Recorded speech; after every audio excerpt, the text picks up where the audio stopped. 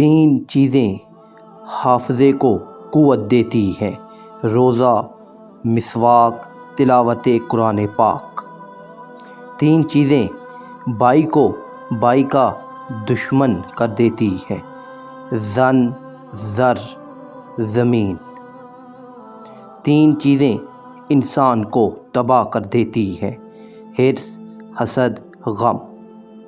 تین چیزیں ہر ایک کی الگ ہوتی ہیں: صورت، سیرت، قسمت۔ تین چیزیں چھوٹی نہ سمجھیں: قرض، مرض، فرض۔